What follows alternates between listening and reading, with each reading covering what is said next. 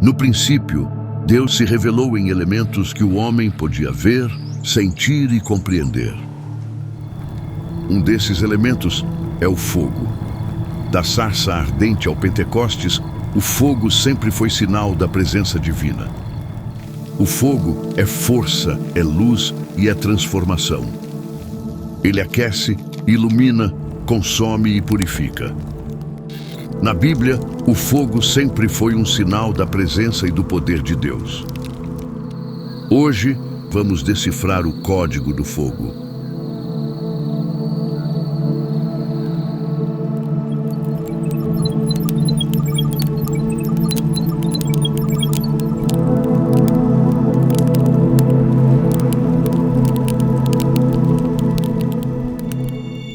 Sejam bem-vindos ao nosso podcast Códigos de Deus. Eu sou a Kaliane e hoje temos a honra de receber o pastor Júnior Feitosa. Seja bem-vindo, pastor Júnior. O pastor Júnior, ele atua aqui na região de Porto Seguro, na Igreja Adventista, e vamos juntos dar continuidade à nossa série Os Códigos da Criação. Vamos hoje trazer a revelação, estudar um pouco sobre os códigos do fogo. Vou trazer agora uma breve introdução, trazendo o fogo na criação e na vida. O planeta Terra tem fogo no seu interior, um núcleo incandescente de magma que mantém o campo magnético e protege a vida. O corpo humano carrega fogo vital. Nossa temperatura interna gira em torno de 36 a 37 graus e é indispensável para a sobrevivência. Sem esse fogo, o corpo colapsa. Assim como o corpo não vive sem calor, o nosso espírito também não sobrevive sem o fogo de Deus. O fogo purifica metais, separa impurezas e revela o que é verdadeiro. Na natureza, ele destrói para renovar. Queimadas naturais abrem espaço para que a floresta volte ainda mais forte. E no coração humano, o fogo de Deus queima o que é impuro e traz renovação. Vamos agora então falar desse fogo no planeta Terra, né? Nós sabemos que a estrutura da Terra, ela tem fogo, né, no seu núcleo. É um local extremamente quente, chegando em torno de 5.000 graus. E a dependência da Terra, né, com esse fogo, ela é extrema, porque isso gera formação de continentes, de ilha, uma renovação no solo. Vida, né? Vida. E temos também, falando em vida, a importância do Sol, né? Que ele não tem um fogo em si, né? Ele é uma fusão nuclear, mas que também é indispensável para a vida na Terra, né? Tanto para a vida humana, quanto todas as vidas que dependem, né, da luz solar. Então, quando a gente traz esse elemento, né, que o Criador, em muitas ocasiões, já se utilizou para se manifestar, sim, a gente começa a entender que o Criador traz a criação e a criatura para poder revelar toda uma dependência de algo que é interligado dentro da própria criação, né? Claro. Como a gente estava falando aqui nos playoffs, né? Deus, ele sempre parte do princípio do conhecido para o desconhecido. Ele é muito didático, é pedagógico. E eu acho que, além do bom gosto de escolher esse tema, Códigos de Deus, esse elemento de hoje, como os demais que foram tratados já aqui, ele tem uma particularidade muito importante. Antes, porém, deixe-me dizer que o fato de esses elementos serem utilizados por Deus, dentre tantas razões, uma das principais, se não a principal, é justamente para dizer que ele é o criador desses elementos. Porque eu só consigo utilizar algo que eu tenho domínio sobre ele. Eu dirijo meu carro porque consigo ter domínio sobre ele. O fato de Deus se utilizar desses elementos, como é o fogo mencionado por você aqui, é o tema desse momento, desse podcast, significa dizer que ele não é só o criador desse elemento, como ele tem domínio sobre ele. E quando a gente parte para o ponto de vista bíblico, só para você ter noção, aos nossos telespectadores também, só para você ter noção, são 406 menções bíblicas a respeito da palavra fogo. Isso de forma direta, em 363 versículos. Eu estou falando de forma direta, não estamos nem falando das indiretas. Pastor, quais são as indiretas? Vou dar um exemplo. Você vai para Mateus 5, por exemplo. Jesus diz que não se acende uma candeia, para ficar escondida. Se acende com o quê? Com fogo. E ali nem está explicitamente a palavra fogo, mas sabemos que está ali presente. Então, de forma direta, 406 menções da palavra fogo na Bíblia. Imagina. Há, sem dúvida nenhuma, uma mensagem muito clara dentro dessa perspectiva do que é o fogo. Como você bem mencionou, Deus se revela através do fogo. Deus purifica através do fogo. Deus faz juízo através do fogo. Mas Deus também, acima de tudo, ele mostra a sua presença em várias ocasiões. Se tem algo que o povo de Israel ficou especialista, era de ver a presença de Deus, inclusive a Shekinah, o poder de Deus manifestado através do elemento do fogo. E como a gente falou, né, é incrível perceber e ver como o Criador se coloca, muitas vezes, no lugar do próprio elemento, né, para mostrar várias situações, como poder, como purificação, como juízo. E ele traz também esse elemento em várias questões na sua criação, tanto na natureza quanto no ser humano, né? No ser humano a gente percebe que o corpo humano também tem uma temperatura, ele também precisa desse fogo para se manter vivo. Né? É uma dependência, e todo elemento que ele se utiliza, ele mostra dependência. Né? Então, a gente sabe se o corpo, ou se a temperatura baixar, ele morre. Se aumentar demais, ele também morre. Perfeito. Precisa de um equilíbrio, né? Claro, esse equilíbrio, inclusive, é expresso para com a sua igreja. Se você for para Apocalipse capítulo 3, quando Cristo faz a sua mensagem à igreja de Laodiceia, que também é uma igreja física, é um período, mas é também para os nossos dias. É muito verdade que essa circunstância que vou mencionar agora tem uma questão geográfica da própria cidade de Laodiceia. Mas você lembra que ele diz assim, vocês nem são frios, nem quentes, vocês são mornos. Então, olha que coisa interessante. Da perspectiva de Cristo, a igreja deveria ser quente. Sim. Ela deveria ter essa temperatura ocasional. Aquecida, né? Aquecida. E lá também, naquela ocasião do tabernáculo, ele também diz que o fogo arderá continuamente sobre o altar, né? Trazendo essa necessidade de que o fogo não se apague, né? Que a chama não se apague. Eu acho que agora você chegou num clímax. E esse é um dos clímax, do ponto alto aqui. Não só no santuário, não só no altar de incensos, no altar de sacrifício, que não poderia se apagar o fogo. Nos candelabros não podia se apagar. Era um pedido de Deus para o povo de Israel, para os sacerdotes, para o povo em si, que trouxessem ofertas de azeite puro, para que os candelabros fossem alimentados de azeite puro, para que a chama não se apagasse em momento nenhum. Por diversas razões. A principal dela é a presença de Deus. É que aquele candelabro aceso representava a presença de Deus contínua em seu povo, no meio do povo. Que ele estava no meio do povo. Diga de passagem, o santuário ficava no centro do acampamento.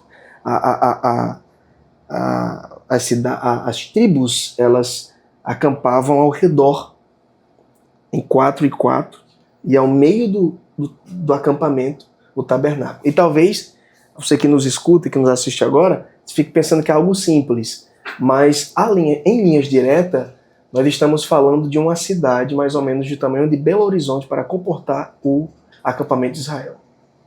Mas era necessária uma organização, a ponto de que o tabernáculo ficasse no centro e a chama de Deus ficasse acesa direto, para que as pessoas tivessem a noção da presença de Deus. E ainda mais forte é que além da chama de Deus estar acesa direto no santuário, ainda tínhamos a coluna de fogo que guiava o povo, o povo, protegia, aquecia. É fantástico. Esse elemento fogo de Deus se utilizando para a mensagem é fantástico. E Deus faz isso da maneira que lhe apraz. Porque olha que coisa interessante. Se a gente pegar a Bíblia e for para 1 Reis capítulo 17, Elias ele faz um desafio ao rei Acabe e a Jezabel, né? E fala que não vai chover até aquele dia.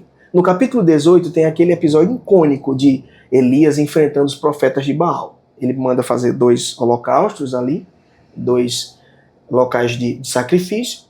E o desafio é, vocês oram a Baal, eu vou orar ao meu Deus. O Deus que responder descendo fogo do céu é o Deus verdadeiro. Olha o desafio. Você conhece a história? Você Sim. conhece a história? Ele ora e desce fogo do céu e consome o holocausto. O fogo consome a água, o sacrifício, até as pedras. Mas, quando nós vamos para o livro de Daniel, uma fornalha acesa 5 vezes mais não queima o servo de Deus. Por que que aqui queima até as pedras e aqui não queima o servo de Deus? Sadraque, Mesaque e Abdenego são jogados na fornalha. Por quê? O que você falou desde o começo, né? O Criador tem controle sobre Tem a controle, criação. Né? ele se utiliza. É impressionante. E ele está ali para dizer que controla, que esse elemento é dele e que se manifesta nele também. E no nosso bate-papo anterior ao início do nosso bate-papo agora atual, nós falávamos sobre Deus buscando o homem, né? E aí Sim. você acabou de mencionar que Deus quis ficar no meio do homem, no meio do sim, povo. Sim, perfeito. Né? E o que você tem a dizer sobre esse desejo de Deus de ficar perto do homem? Bom, profundo. Sabe de uma coisa? Eu sou teólogo de formação, mas tem algumas coisas que a teologia ela até trabalha, mas não tem como explicar. A gente sabe que é assim, mas não consegue achar razão de por quê. E uma delas é o fato de que a nossa presença atrai a presença de Deus. E eu não sei por quê, mas a principal razão é porque Ele nos ama. A nossa presença atrai a presença de Deus. E Deus insiste em estar perto, em querer estar perto. Salmo 139, por exemplo, aquele salmo conhecido, né? Davi diz assim, eu até quero fugir, mas eu tomo as asas da alvorada, vou. O Senhor está lá. Eu vou ao mais profundo abismo. O Senhor está também. Ele tem esse desejo de estar perto. Pastor, por quê? É porque Ele nos ama. E esse sentimento de amor, né, como a Bíblia trata um amor incondicional, né, que Deus amou o mundo de tal maneira que Ele deu o seu Filho para que pudesse morrer na cruz, para poder esse sacrifício em breve se tornar novamente nesse contato, né, nesse relacionamento Perfeito. mais próximo, né? E outra coisa, e além de ficarmos nesse relacionamento mais próximo, partimos da primícia que estávamos conversando aqui também no making off, né? Que é o fato de eu não só ter esse Deus perto, mas de ser também uma pequena chama desse Deus, que é o nosso elemento. Sim. Lembra que eu mencionei em Mateus 5 que ele diz que nós somos uma chama? Sim. Uma candeia, uma lâmpada. A ideia é que a gente também seja essa lâmpada, que a gente seja esse fogo. Que certamente do ponto de vista biológico, como você já mencionou aqui, tem muito que ver essa chama que temos, essa temperatura que temos. Mas a ideia de Deus é essa, é que sejamos essa lâmpada que ilumina, que aquece, que traz proteção a outras pessoas. Nós somos todos pequenas chamas, ou pelo menos deveríamos ser. Sim, e quando Deus ele se manifesta através desses elementos, ele traz, na grande maioria, essa necessidade de que a gente não abra mão do necessário. Então, quando ele se coloca, se mostra através da água, ele fala, né, para a mulher samaritana, se você beber, você nunca mais vai ter sede. Quando ele se manifesta através do vento, quando ele se manifesta através do fogo. E sabemos que, tanto no nosso corpo, quanto no universo, todos esses elementos são indispensáveis. Então, ele traz toda a informação de que a nossa vida, a presença de Deus é indispensável. Sim. Sem ele, se mostrando através de vários elementos para nos dar clareza, a gente começa a compreender. Sem Deus, não tem sustento. Não tem. A gente até tenta, né? Mas vai ficar um espaço que só cabe a pecinha Deus ali. Tem um cientista que fala, né? Tem um espaço no ser humano que ele é do tamanho de Deus. Só. Isso é impressionante. Recentemente eu vi um estudo nos Estados Unidos, depois pode até pesquisar, vai ser fácil de encontrar, sobre pacientes que estavam em hospitais, alguns em fases terminais de algumas doenças, e foram separados algumas pessoas que oravam, que tinham fé, que oravam, que buscavam a Deus, e foram separadas pessoas que não tinham essa influência, né? E foram testados neurologicamente o que era que acontecia quando essas pessoas oravam, buscavam. E eles perceberam que existia uma parte do cérebro que só era ativada quando se orava. Através da fé. Só através da oração, através da fé. Do relacionamento. Do transcendente, né? Do se conexão.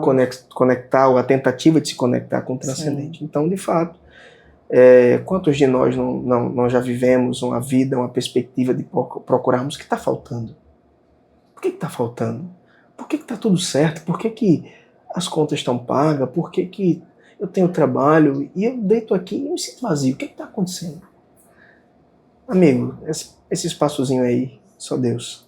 E enquanto a gente não tem essa compreensão, esse entendimento, a gente busca ocupar esse espaço de diversas formas, sim. Quero que estamos conversando aqui também, sim, da perspectiva que você mencionou, assim, de amar a Deus sobre todas as coisas, sim, né? Porque também é uma perspectiva muito interessante de que não é Deus que tem que se adequar às minhas expectativas. É eu que tenho que me adequar aos pedidos de Deus. Então, a vontade dele. A vontade de Deus. Essa máxima de dizer assim, não, mas eu tenho Deus. Eu sou uma pessoa de oração, eu faço o que é certo. Mas não é eu que dito como é o relacionamento com Deus. É Deus que dita como deve ser. Então talvez a gente esteja falando para alguém esteja nos assistindo, talvez pode até virar um corte, de que esteja buscando a Deus, ou tenha um relacionamento com Deus e se pergunte por que não é preenchido, ou por que não é alcançado. Talvez a primícia a se partir é que o ponto de vista desse relacionamento não parte da minha vontade para com Deus, mas da vontade de Deus para comigo. Sim. Eu acho que a gente vai mudar a rota dessa conexão, sem dúvida nenhuma. Sim. Vamos trazer aqui também mais alguns relatos, né, que a Bíblia fala ali, o que está ali no mundo espiritual sobre esse elemento, né, okay, sobre esse código do fogo, onde Deus, como, né, a gente já chegou até inclusive a conversar sobre a manifestação dele, Deus se manifesta através do fogo como presença, né? Sim. Ele se manifesta como juízo e purificação. Perfeito. E também trazendo o poder do Espírito Santo. A gente vai começar aqui trazendo Deus como presença. A gente já falou algumas coisinhas, vamos só dar uma pincelada, uma pincelada ainda aqui. Vamos para Êxodo, né, que Deus aparece a Moisés em uma sarça ardente que queimava, mas não se consumia. Mais uma vez, ele se apresenta através do elemento fogo. E né, controlando, né, o ambiente, né? Fazendo com que aquela sarça não se queimasse, não se consumisse. Perfeito, impressionante. Tem alguns teólogos, veja, é apenas um pensamento aqui, não é nada concreto, mas alguns teólogos, mas faz muito sentido, inclusive, alguns teólogos, inclusive, defendem que essa aparição de Deus na sarça, em Êxodo 3, é a Trindade. Ali é a Trindade. Se você for ler o relato inteiro, você vai perceber que quem fala com Deus, quem fala com Moisés, perdão, é Deus. Você vai começar a ler o texto e vai dizer assim, então Deus falou como o Senhor Adonai, no hebraico, Adonai, o Senhor, Deus Yahvé, no hebraico, fala assim, fala com Moisés. Aí Moisés se aproxima. Quando Moisés se aproxima, a sarça fala novamente, o elemento fala novamente. E aí o texto diz assim, ó, vendo que Moisés ia se aproximar, aí pede para que Moisés tire as sandálias. Só que nessa vez agora, o texto diz assim, então o anjo do Senhor falou com Moisés da sarça. Não, peraí, mas quem falou primeiro não foi Deus? Sim. Mas agora está dizendo que quem está falando é o anjo do Senhor. Então quem está lá na sarça? É Deus ou é o anjo do Senhor? Existe um ramo da teologia muito consistente, inclusive eu creio assim, de que esse anjo do Senhor é Jesus. Miguel, é Jesus. Sim. Então, dentro dessa perspectiva, Deus fala diante da sarça, Miguel fala da sarça, e quem é esse fogo que nos consome? Espírito de Deus, né? Ele aparece em Atos capítulo 3 também. Sim. Como línguas de fogo. Então, há muitos teólogos que dizem que ali é a aparição da Trindade. Comissionando Moisés. Deus, o anjo do Senhor, e o Espírito como uma chama que não se consome. Só pra você ter noção de como é significativo. Sim. Essa presença aí. Essas diversas formas que Deus se apresenta como fogo na parte espiritual, ela é diversa, né? Ele, quando traz essa presença, é algo que, quando de fato a gente sente a presença do Espírito Santo como fogo, é algo que nos consome, é algo que traz algo que pra gente é praticamente que incontrolável, né? Segurar aquele fogo dentro, sentir aquilo é algo sobrenatural. Jeremias fala isso em Jeremias capítulo 20, salvo engano, verso 7. Jeremias foi conhecido como profeta das lamentações, profeta chorão, né? Sim, dramático. Dramático. E ele pregava, as pessoas batiam nele, né? Pela mensagem dele, que era muito desafiadora. E aí ele decide não pregar mais. Jeremias capítulo 20, ele diz assim: até que decidi eu não mais pregar, não falarei mais. Só que aí ele vai dizer assim: mas aquilo me queimou como um fogo nos meus ossos. Eu não aguentei, tive que falar. É como você mencionou, é algo que é maior que a gente. Sim. Queima, consome. E isso acaba trazendo o desejo de compartilhar, de levar essa mensagem, de mostrar para o outro que para ele de repente seja algo desconhecido, que ele também pode sentir, que ele também pode viver essa realidade se relacionando com Cristo, sentindo a presença de Deus na vida dele, né? Sim, perfeito. É partindo desse pressuposto mesmo, desse contato que começa muitas vezes micro e vai até o macro, que é o alcance de uma vida por completo. E aqui Deus fala, né, que o fogo aqui fala que o fogo é sinal da presença que não se apaga, da glória que não se limita. Sim. Então é algo extremamente poderoso, né, quando Deus também se manifesta através desse fogo para trazer a presença dele. Perfeito. E aqui também a gente vai falar sobre o fogo como juízo e purificação. Lá em Levítico 6:13 diz, a gente já falou um pouco sobre isso: o fogo arderá continuamente sobre o altar, ele não se apagará. Então isso traz, né, essa purificação, essa constância que é necessária nas nossas vidas até os dias de hoje, né? Que essa chama não se apague, que ela continue ardendo nos nossos corações. E que também, como o próprio texto menciona, que é um juízo, né? Sim. Tem um episódio aí justamente nessa passagem que você mencionou, que são os filhos de Arão, que eram sacerdotes também junto com ele, que oferecem fogo estranho ao santuário. Como a gente mencionou aqui, como mencionei já, eles tinham que alimentar, né, com azeite puro, manter a chama acesa, e eles oferecem um fogo estranho. E eles são consumidos na hora. E eles seguiam uma regra, né, para isso. Muito. Dentro de tempo, né, de horário, tudo certinho. Qual tipo de fogo, né, tudo teria que ser seguido corretamente, né? Deus, ele pede isso da gente, né? Que a gente siga uma ordem, uma regra, de forma de não se desviar dela. Sim. Aí entra a questão do fogo como um juízo, né? Que eles aplicam da forma que achavam correta e Deus o julga na hora. Eles são consumidos, inclusive. E quando eles são consumidos, não dá nem tempo para plantear muito, não. Porque Deus fala assim, ó, só tira para fora aí que vamos colocar outros aí. Então é essa questão, que a gente também não pode correr desse aspecto do fogo como um juízo, de fato, né? A Bíblia fala que Deus é amor, mas também é fogo consumidor. Agora, pastor, então Deus é mau? Não, pelo contrário. É bom a gente deixar isso bem frisado. O juízo de Deus não é para condenar um povo, nunca foi. A teologia do juízo de Deus é para salvar um povo. Todas as vezes que Deus aplicou um juízo, não era para condenar um povo, é para salvar um povo. Então, nós estamos prestes a, eu acredito, a volta de Cristo. A vinda de Cristo a essa terra não tem como princípio condenar alguém. Pelo contrário, é buscar os seus. Cristo não está vindo aqui para condenar um povo. Não, é para buscar um povo. Agora, evidentemente, os que não foram. Então, a perspectiva do juízo divino é salvar um povo.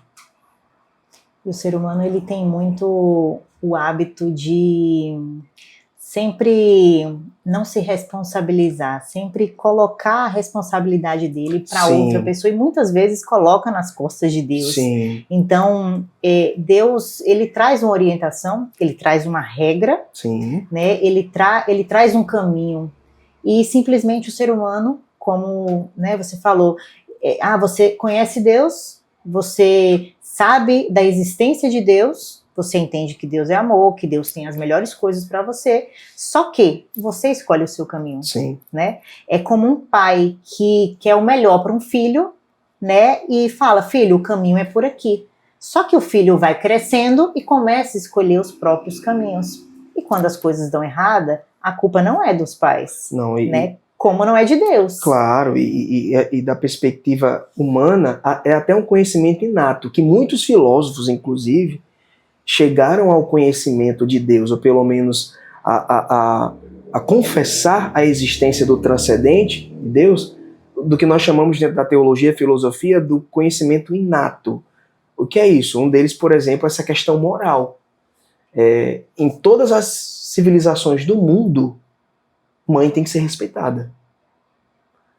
Matar é errado. Honrar pai e mãe é necessário. Sim. Em todas as civilizações do mundo. Bem, mas por quê? Isso é o que nós chamamos de conhecimento inato.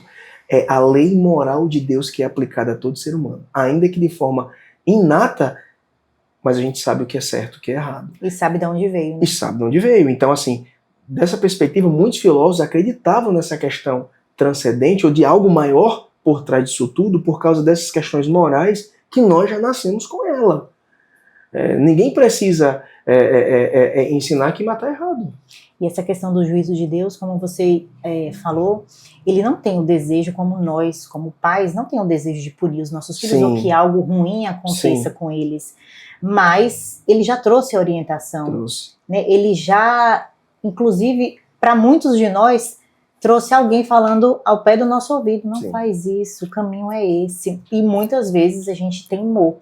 E no final, quando o juízo chega, você esquece quem foi que, né, tomou a direção, Sim. Né, quem foi que tomou as decisões, né, quem foi que se comportou daquela forma. E Deus precisa ser justo. Sim. Essa que é a verdade. O juízo ele é necessário para que ele se...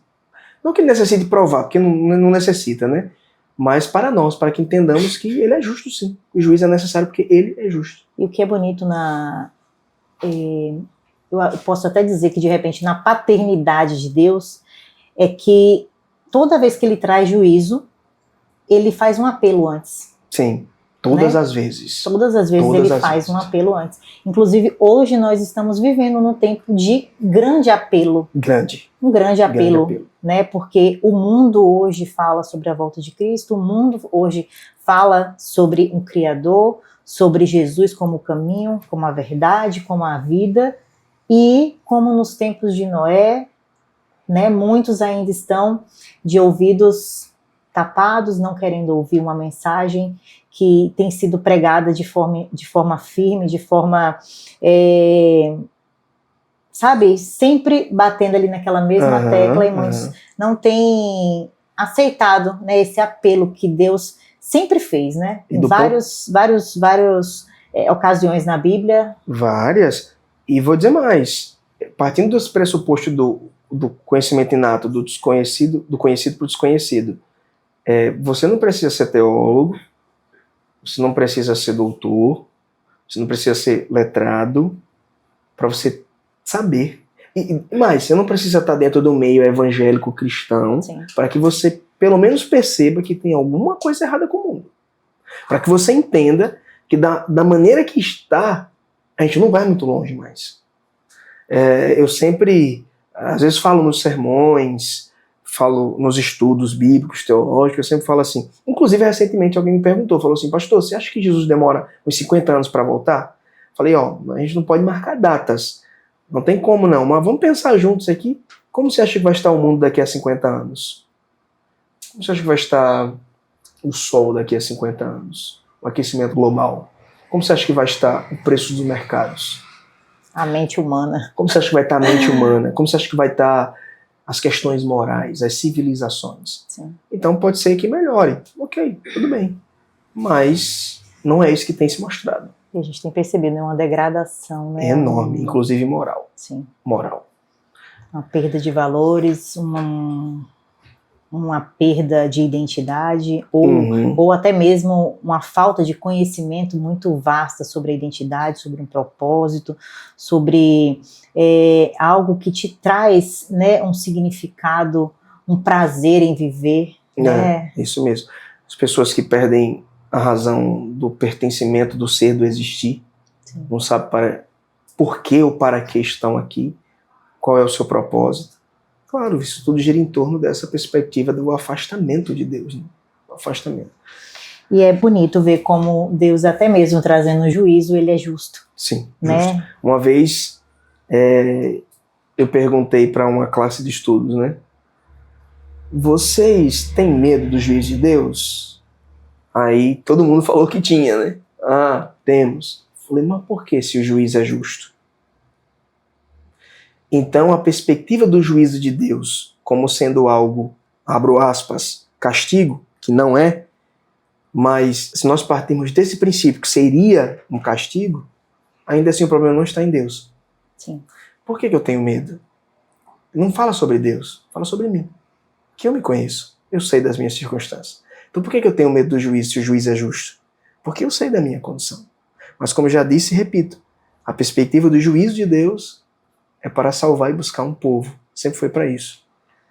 E quando Deus traz a questão temor a Deus, não é a ideia de ter medo. Sim. Não é um temer, Sim. né? De medo, de você ficar com medo de uma punição. É de respeito. Mas de respeito. Sim. E assim, porque eu amo, eu respeito. Porque eu sei que ele tem os melhores caminhos e a melhor direção para mim, eu respeito. Reconheço. Eu reconheço, né? Eu entendo, eu ouço. Então, temer a Deus lança fora esse medo, né? Isso, perfeito. E agora vamos trazer também o fogo como poder do Espírito Santo, né? Lá em Atos 2, a palavra de Deus diz que apareceram distribuídas entre línguas como de fogo e pousou uma sobre cada um deles. Nesse momento aqui, Deus usa o elemento do fogo para representar poder. Sim. Né, capacitar cada um deles que estavam ali naquele momento, né, que receberam esse Espírito Santo, esse poder através dessa manifestação naquele momento. Perfeito. Você tocou num ponto interessante, inclusive, deixe-me fazer aqui uma correção, acho que anteriormente falando eu mencionei, quando fiz essa menção a Atos 3, mas é Atos 2. Atos 2, 3. Isso, Atos capítulo 2, que é a descida do Pentecostes, realmente, do Espírito Santo. De fato, você tocou num ponto interessantíssimo. Você falou que o Espírito Santo se manifesta para capacitar o povo. Deus comissiona os discípulos, né? Em Atos 1, pede que eles sejam testemunhas. Só que ele dá uma ordem, que eles só poderiam ser essas testemunhas quando o poder descesse sobre ele. E esse poder se cumpre justamente nesse dia. Atos capítulo 2 aí, que é o dia que o Espírito desce sobre eles. E é interessante, mais uma vez, agora o elemento fogo aparece. Sim. Aparece trazendo a presença do Espírito. Evidentemente porque, como já mencionamos aqui, o fogo traz essa perspectiva de poder, de presença. Você lembra que quando Jesus está a ascender ao céu, ele diz, eis que estou convosco todos os dias. Sim. Lembra que o fogo traz a presença, simboliza a presença? Sim. O Espírito Santo se manifestando daquela forma, com a presença de fogo, tem duas mensagens ali. O poder e a presença de Deus com eles através do Espírito Santo. Então eles estariam dotados... Todos os dias. Todos os dias. Eles estariam dotados de poder, eles estariam capacitados por ele, mas que também teria essa presença do Espírito. E uma outra mensagem também que essa mensagem traz para a gente é que nós não conseguimos nos capacitar por si próprios. Sim. Né? A força não é só nossa, o poder não é só nossa, a unção não é só nossa, a sabedoria não é só nossa. A gente precisa ser capacitado e essa presença do Espírito Santo precisa estar dentro de nós para que isso ocorra. Claro. Você tocou anteriormente, você mencionou que Deus ele não faz um juízo sem antes fazer um apelo. Deus também não nos pede nada que façamos que Ele não capacite. Sim. Então, se a gente está na iminência de executar alguma obra para o Senhor, tenha certeza, se Ele colocou sobre os seus ombros, Ele sabe que você é capaz e Ele ainda vai lhe dar os meios e capacitá-la através do Espírito para isso. E a nossa oração constante é: Espírito Santo, me capacita, Espírito Santo, me dê sabedoria, Espírito Santo, me direciona. E ele o fará. Me dá clareza.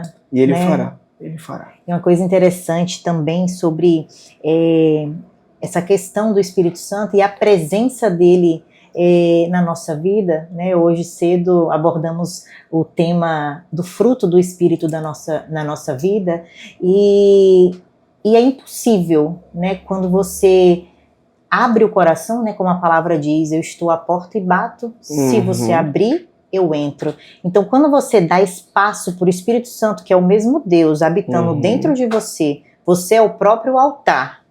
Quando você abriu, ele entrou, essa transformação ela começa a acontecer. De forma natural. É um fogo que vai consumir as impurezas, vai purificar, vai renovar, vai trazendo mudanças que nós sozinhos não conseguiríamos. É impossível. Né? Como você mesmo citou, né? Naquela mensagem, você olhar para si e dizer: mas como que eu vou conseguir fazer isso? Nossa, mas essa atitude que eu tenho, esse comportamento é tão difícil, mas é inevitável quando a gente abre, escancara a porta do nosso coração para o Espírito Santo fazer habitação, que esse fruto não seja visto. É impossível. É impossível. Tem os dons espirituais e tem o fruto do Espírito, né? Os frutos do Espírito. Os dons você pode até decidir escondê-los. Você pode até ficar assim, eu não quero cantar, eu não quero pregar, você pode até esconder. Agora o fruto, amigo, o fruto é impossível de esconder. É impossível. O fruto ele é expresso, externalizado, porque aí volta aquela questão de Mateus 5 novamente, porque uma candeia não é acesa para ficar escondida. Sim, e eu acho que essa menção do fruto do Espírito, você já entender o que é ter o fruto do Espírito Santo, e quando você começa a fazer uma autoanálise e você começa a perceber que parte daquela quantidade de fruto você não tem, é hora de você começar a refletir sobre as suas atitudes e se de fato você abriu para o Espírito Santo entrar, fazer morada e deu para ele o acesso de seja feita a tua vontade. Sim. E não a minha, porque muitas vezes a gente deixa Deus entrar, né, diz que deixou o Espírito Santo entrar, mas está ali levando a direção e o Espírito Santo não está realmente atuando como ele deveria, transformando, Sim. mudando, moldando. Perfeito. Porque o Espírito Santo não é ineficaz e nem ineficiente. Sim. Então, se eu digo que tem e não há uma transformação, quer seja interna ou externa, alguma coisa está errada. E acredito, não vai partir da perspectiva do Espírito Santo, né? É da nossa correlação ou dessa relação que não está Sim. acontecendo. Romanos 5 tem um texto forte que ele diz que até o amor que temos no coração é o Espírito que derrama. Até o amor que eu tenho aqui por alguém, por algo, por Deus, é o Espírito que coloca, que derrama. Ele não vai partir de mim mesmo. É o Espírito. Sim. E isso nos traz um certo conforto quando a gente, de fato, entrega a direção para o Espírito Santo trabalhar nessa capacitação, nessa unção, nessa transformação. Claro. Né? deixar que esse fogo ele nos queime, nos purifique, fazer com que essa chama jamais se apague, porque sim, essa necessidade ela é diária como o pão de cada dia, né? Perfeito, perfeito. E é isso, trazendo também a aplicação espiritual, né, desse elemento, desse código fogo para a nossa vida espiritual. Aqui diz que o fogo de Deus mantém a vida interior aquecida, protegendo do esfriamento espiritual. Ele consome o que não edifica. O fogo de Deus é paixão, zelo e amor ardente. Como diz Jeremias, a palavra é como um fogo encerrado nos ossos. Sem o fogo do Espírito, a fé se apaga. Com ele, a chama nunca morre. E é isso, né? A gente tem que deixar esse fogo que queima dentro da gente incendiar. Do ponto de vista espiritual, havia um santuário, como já foi mencionado aqui, o tabernáculo. Não vamos ser redundantes, mas o fogo não podia se apagar lá. Quando você vai para as cartas de Paulo aos Coríntios, especialmente a primeira carta, ele diz que o nosso corpo é um templo do Espírito. Um santuário. Um santuário. E agora é a vez de que nesse santuário, que é o meu coração, que é o meu corpo, essa chama também não se apague. Na mesma perspectiva que a chama no santuário não podia se apagar, no tabernáculo não podia se apagar, no santuário, que é o meu corpo, que é o meu coração, ela também não pode se apagar. E eu ainda vou mais fundo, mais profundo. Ela precisa iluminar outras pessoas. Ela precisa aquecer outras pessoas. Ela precisa guiar outras pessoas. Como mencionei anteriormente, nós não precisamos ser teólogos formados para entendermos que esse mundo está desequilibrado, em trevas, escuridão. No mundo para a escuridão, no mundo em escuridão, nós precisamos ser essas chamas, essas luzes, esse fogo de fato que vai iluminar, aquecer e guiar. Porque a funcionalidade da luz no escuro é guiar. Então, nesse mundo em trevas, nós precisamos ser essas chamas que vão iluminar e guiar esse povo. E foi maravilhoso a gente poder entender melhor, se aprofundar melhor nesse código do fogo, que é um código que traz tanta revelação, né, tantas ocasiões onde Deus traz esse fogo de forma tão maravilhosa, né, traz essa dependência, traz essa necessidade que tenhamos dentro de nós esse fogo aceso e que essa chama permaneça acesa até que ele volte. Claro, né? Perfeito. Eu acho que se eu pudesse encerrar aqui com as palavras, seria você que nos assiste agora, nos acompanha, talvez você esteja também passando pelo fogo, né? Pelo fogo da prova. Resista, persista, porque o fogo, ele também tem a perspectiva de nos purificar, testar, mas quanto mais for ardente o fogo, mais purificado é o ouro. E seja essa chama para muitos que precisam ser alcançados. Ilumine esse mundo em trevas que está aí. E foi muito bom esse papo, interessantíssimo tema. Foi, para mim, gratificante ver essa perspectiva teológica de como Deus se manifesta Sim. através desse elemento que é o fogo. E encerramos mais um episódio do nosso podcast Códigos de Deus. E muito obrigada pela participação de vocês, pela audiência. E fiquem ligados que em breve nosso próximo código estará no ar.